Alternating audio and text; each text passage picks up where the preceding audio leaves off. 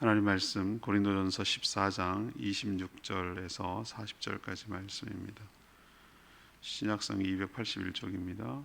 고린도전서 14장 26절에서 40절까지. 오늘은 4월 2일 토요일 아침입니다.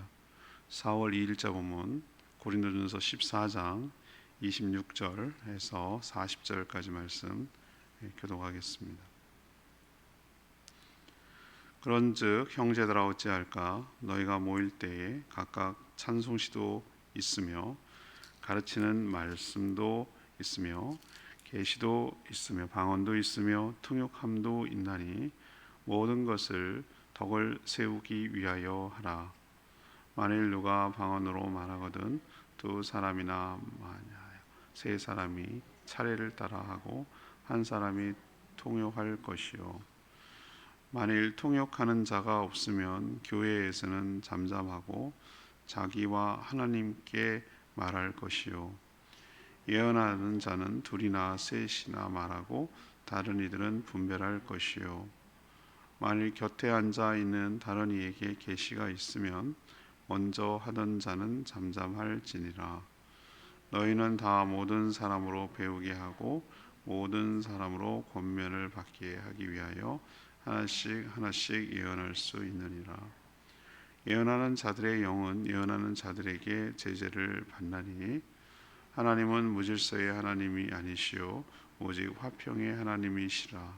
모든 성도가 교회에서 함과 같이 여자는 교회에서 잠잠하라. 그들에게는 말하는 것이 허락함이 없나니 율법에 이른 것 같이 오직 복종할 것이요.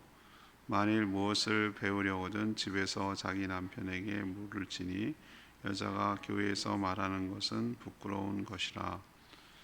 하나님의 말씀이 너희로부터 난 것이냐 또는 너희에게만 임한 것이냐. 만일 누구든지 자기를 선지자나 혹은 신령한 자로 생각하거든 내가 너희에게 편지하는 이 글이 주의 명령인 줄 알라. 만일 누구든지 알지 못하면 그는 알지 못한 자니라. 그런즉 내 형제들아 예언하기를 사모하며 방언 말하기를 금하지 말라. 모든 것이 품위 있게 하고 질서 있게 하라. 아멘. 당시 지금 오늘 상황은 예배에 관한 얘기거든요. 당시 예배가 무질서해 보였습니다. 이것도 이제 고린도 교회의 문제였던 것이죠. 예배가 문제가 아니고 예배에 임하는 성도들의 자세와 태도가 문제였던 것이죠. 사도 바울은 모든 것을 덕을 교회의 덕과 다른 사람의 유익을 세우는 방향으로 행하라고 말합니다. 방언은 많아야 두세 명, 그리고 통변의 은사가 있는 가운데 차례대로 하라고 말했습니다. 예언도 두세 명 차례대로 하고 듣는 자가 분별하라고 말하고 있습니다.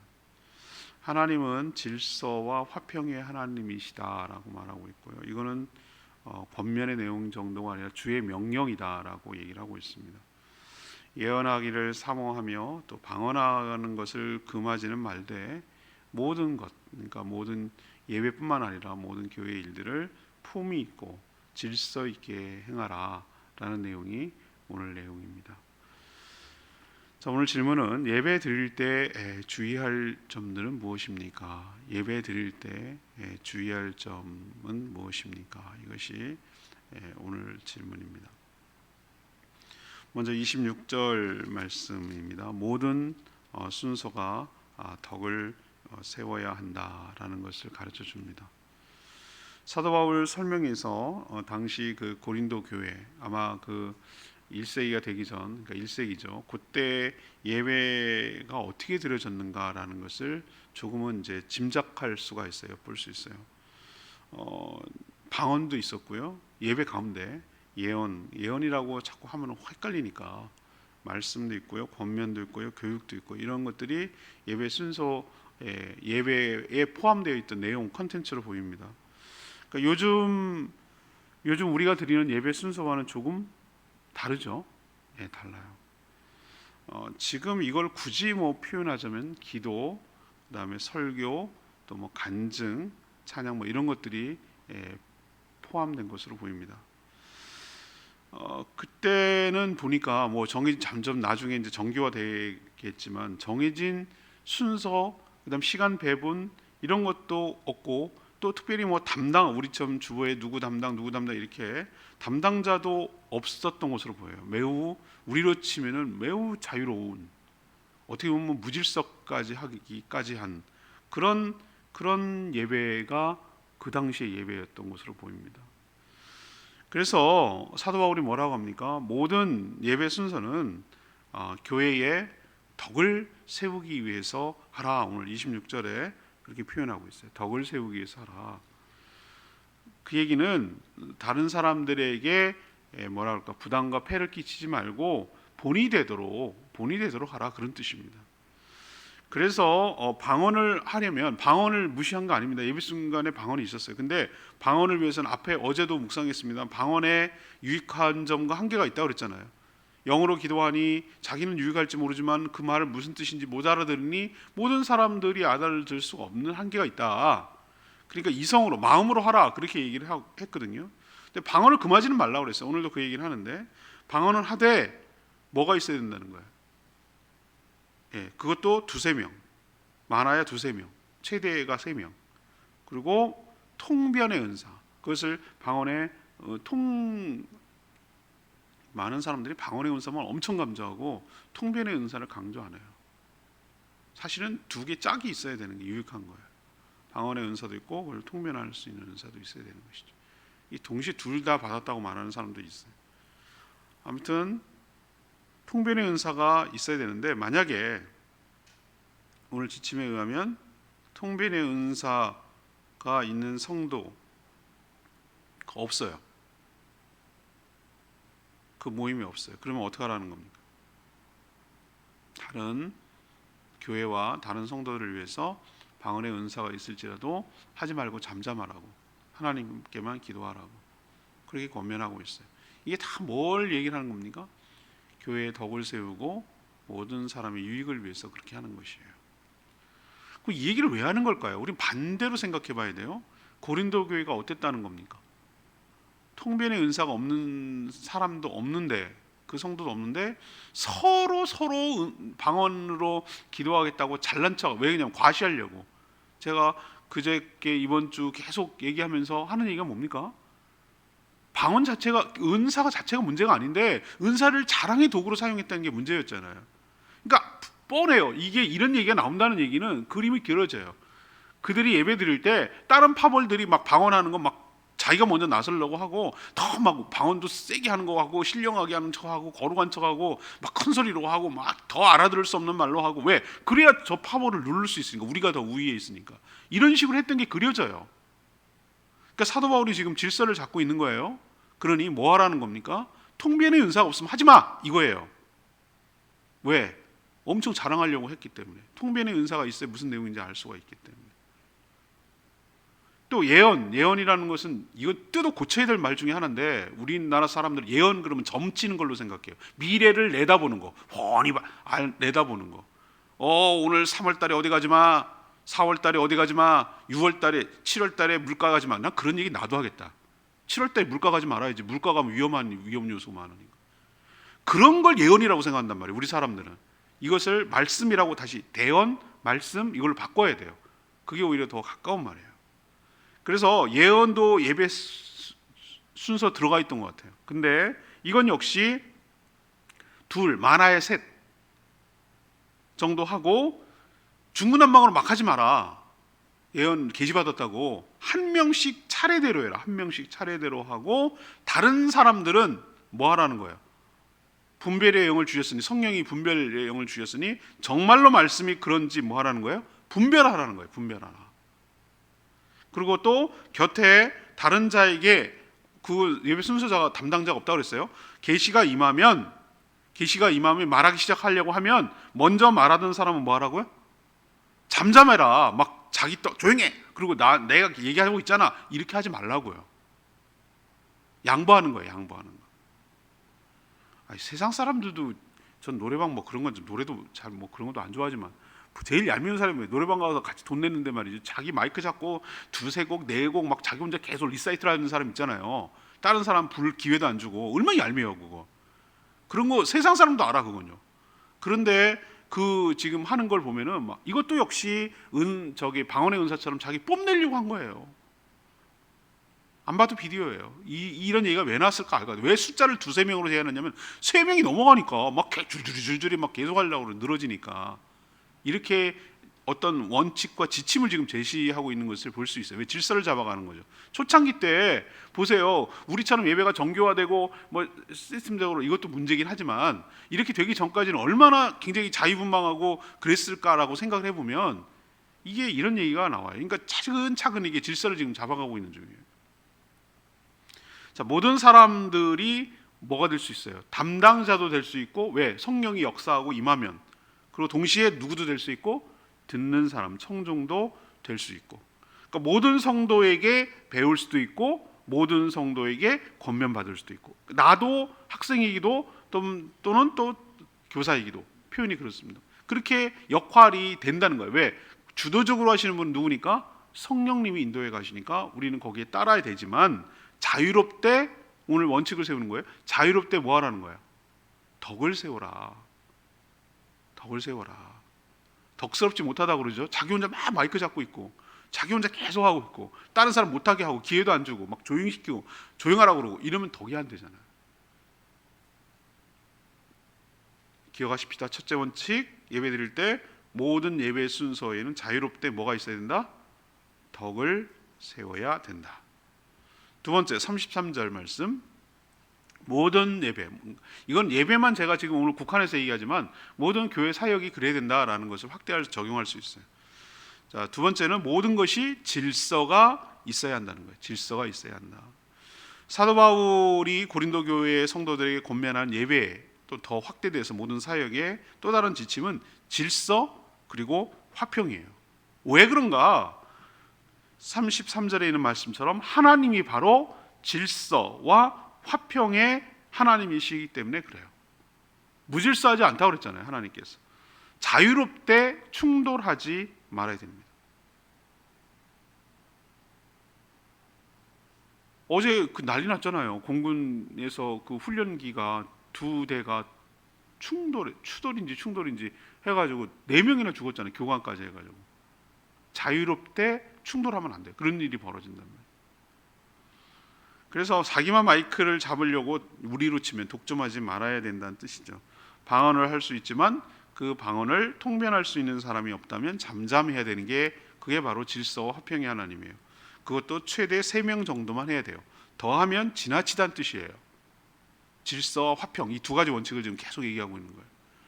또 예언 역시 다른 사람은 그 예언을 뭐 해야 된다? 분별해야 된다고 말하고 있어요. 또 다른 자에게 계시가 임하면 먼저 예언하고 있다고 해도 뭐 해야 된다? 멈춰야 된다. 여기도 질서와 화평에 싸우는, 화평의 반대는 서로 다툼이잖아요. 그 원칙을 또 얘기하고 있어요. 성도는 모든 사람, 모든 성도에게 배울 수도 있고 또 권면받을 수도 있고 가르치기도 하고 배울 수도 있지만 서로 뭐 하지 않는다? 충돌하지 않는다.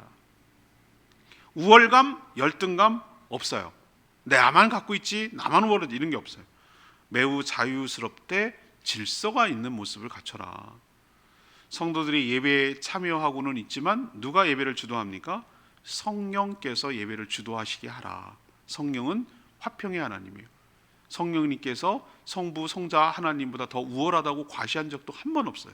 그분은 겸손의 영이에요. 독립된 인격체지만 경쟁하지 않으세요. 뒤에 숨고 자기는 드러나지 않고 예수 그리스도가 드러나고 하나님께 영광이 돌아가는 걸 하나도 배아파하지 않으세요. 제 이야기 아시겠어요? 성령님은 질서와 화평의 하나님이세요. 예수가 더 존귀하고, 예수의 영이 곧 자기라고 생각하세요. 예수의 영이 성령이에요. 예수가 드러나는 것이 곧 자신이 드러나는 것으로 생각하기 때문에 전혀 그렇지 않아요. 우리가 그것을 배우고 받아야 될 줄로 압니다. 그래서 성령께서 주도하시도록 하되 모든 영광을 주께 돌릴 수 있도록 질서와 화평, 이 두 가지 원칙 속에서 예배와 모든 사역을 감당하는 저희 모두가 되기를 원합니다. 세 번째 얘기는 40절 말씀을 근거로 하는 거예요. 모든 것을 품위 있게 하라고. 사도 바울이 오늘 좀 독특한 말을 해요. 교회에서 여성들이 잠잠하라. 심지어 율법에서 말하는 것처럼 말하는 것이 허락되지 않았다라는 말을 해요. 이것을 문자 그대로 지금에 와서 적용할 수가 없어요. 이 말도 안 되는 가부장적이고 남성 우월적이고 마초적인 느낌이 들어요. 근데 아마 이런 얘기를 왜 했는가라고 생각할 때 역시 고린도 교회라는 상황 속에서 이 말을 이해해야 돼요. 그러면 추측할 수 있어요. 앞에 제가 말씀했죠. 방언의 은사, 예언의 은사 할 때 이들이 뭔 지금 잘못을 하고 있다는 게 얘기가 그러니까 이런 얘기를 했겠죠. 마찬가지로 이런 얘기를 하는 것도 여성 성도들이 문제를 일으키고 있었어요. 교회 안에서 특히 고린도 교회 안에서 몇몇 당시 고린도 교회 성도들 때문에 교회가 막 어려움이 있어요. 말을 많이 하는 거예요. 그리고 주도적으로 하는 거예요. 앞에 말했던 방언 은사를 받은 사람들이 막 주도하고 예언 은사를 받은 사람이 자기만 주도하고 이렇게 했던 것으로 보여요. 37절을 보면은 아마 추측이 가건데 저는 이렇게 얘기해요. 누구든지 자기를 선지자나 혹은 신령한 자로 생각하거든 너에게 편지하는 이 글의 주의 명령인 줄 알라. 이렇게까지 얘기하거든요. 이 얘기는 뭐냐면은 알 수 있겠네. 일부 여성 성도들이 자신을 뭐라고 생각합니까? 선지자로 생각을 하고 자기만 신령한 자로 생각한 거예요. 이런 교만함 때문에 교회에 더 큰 분란과 어려움이 있었을 것으로 지금 추측을 하는 거예요. 이 말로 보면은 느낌 오죠? 그런 가운데 여성들은 뭐하라? 잠잠하라 라고 얘기하는 이유가 거기 있는 거예요. 이런 자들을 향해 하나님의 말씀이 뭐라고 하냐면은 36절 하나님의 말씀이 너희로부터 난 것이냐 또는 너희에게만 임한 것이냐 왜 그렇게 잘난 척하냐 이 얘기예요.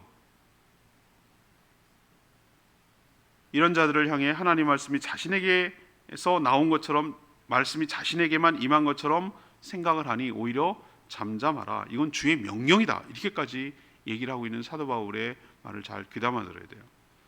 사도 바울이 말하는 것은 이런 문제가 있으니 아예 아무것도 하지 말라라는 뜻 아니에요. 여러분들 오해해야 돼요. 이것을 문자 그대로 받으면 안 된다니까요. 여성 성도들에게도 앞에 말했던 그 원리를 지키면 되는 거예요. 모든 것을 교회의 덕과 유익을 세우기 위하여 질서와 화평을 유지하면서 모든 것이 품위 있게 한다면 전 문제가 되지 않는다고 생각을 하는 거예요. 그게 꼭 여성이어서 문제가 아니에요. 남성도 그럴 수 있다는 거예요. 이건 여성이냐 남성이냐 갖고 문제가 아닌 게 아니라 그 고린도 교회의 특수성을 얘기를 해야 되는 것이라고 저는 보는 거예요. 자, 하지마 그러니까 문제 있으니까 하지마 이건 또 아닌 거예요. 구더기 무서워서 장 못 담그지 못하는 것 아는 것처럼 오늘 뭐라고 그래요? 39절에 예언하기를 뭐하고? 사모해라. 방언도 뭐하고? 금하지 마라. 하지 말라는 게 아니에요. 하지 말라는 것이 아니고 하되 40절 결론이죠. 모든 예배 순서 모든 교회 사역을 품위 있고 질서 있게 품위가 있고 질서 있게 이 설명하기가 애매하잖아요. 품위가 있다 뭘 말하는 거죠? 격 떨어져. 우리 표현을 하자면 그런 거야. 수준 떨어져. 이게 이제 품위가 없는 거예요. 고급지네. 굉장히 엄숙하면서도 뭔가 이렇게 있어 보이네. 뭔가 이게 질서 있고 좀 있어 보이네. 뭐 이런 느낌이 드는 거 있잖아요. 격이 있네. 뭐 이런 거. 이걸 품위가 있다고 하는 거예요. 예배 그리고 모든 교회 순서 이런 사역 이런 것들이 품위 있고 질서 있게 행하는 저희 모두가 되기를 원합니다. 저는 이 40절이 굉장히 크게 다가왔어요. 그렇구나. 모든 것을 품위 있게 하고 질서 있게 해야 되는 게 맞구나. 이런 것이 오늘 내 말씀인데 이게 예배드릴 때만 이런 원칙을 적용해서는 저는 안 된다고 보는 거죠. 교회에서는 물론 모든 신앙생활에서 우리가 유념해야 할 어떤 일종의 지침인 셈이에요. 성부, 성자, 성령, 성삼위 하나님은 자유롭게 하시되 서로를 뭐 하셨죠? 존중하셨어요. 모든 일에 질서가 있었고 다툼이 아니라 화평을 유지했습니다. 모든 일에 품위가 있었죠. 성령의 인도하심 따라 모든 것이 질서가 있으면서도 제한을 받지 않고 자유로웠어요. 서로 절제함으로 교회의 덕을 세우며 행한 것 여러분 기억하시고 우리 모두도 이런 원칙에 따라 행하여 나가는 저희 모두가 되기를 원합니다. 오늘 말씀 붙들고 기도하기 전에 104장 찬양지 104장 부르고 기도하는 시간 갖겠습니다. 찬양지 104장입니다. 주님만 주님만.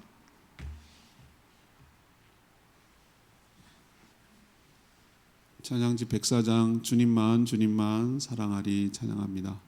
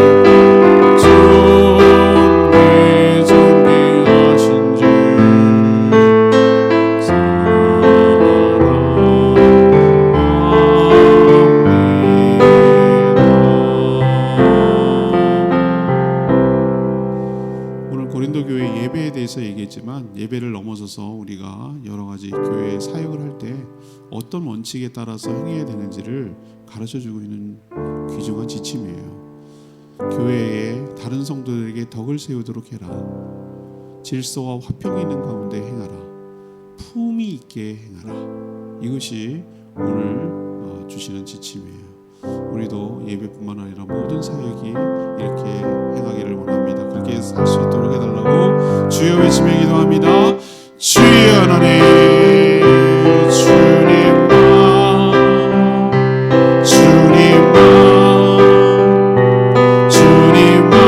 사랑하리. 나의 왕 나의 주님 주님을 알기 원해. 나 주님께 오직 주께 경배하네.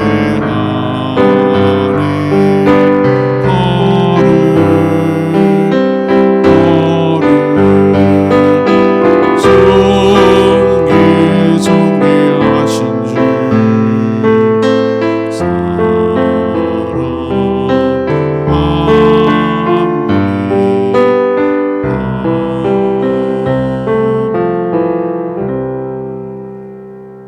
하나님, 예배 드릴 때뿐만 아니라 모든 신앙생활에서 저희가 명심해야 할 지침을 주시니 감사합니다. 모든 일이 무질서하지 않고 질서가 있게 하여 주시옵소서. 타인을 배려하며 절제하게 하여 주시고 성령의 인도를 받게 하여 주시옵소서. 모든 성도들에게 배우며 권면받게 하여 주시고 말하기보다 잠잠하기를 먼저 배우게 하여 주시옵소서. 매우 자유롭되 서로 충돌하지 않게 하셔서 화평을 유지하게 하여 주시옵소서.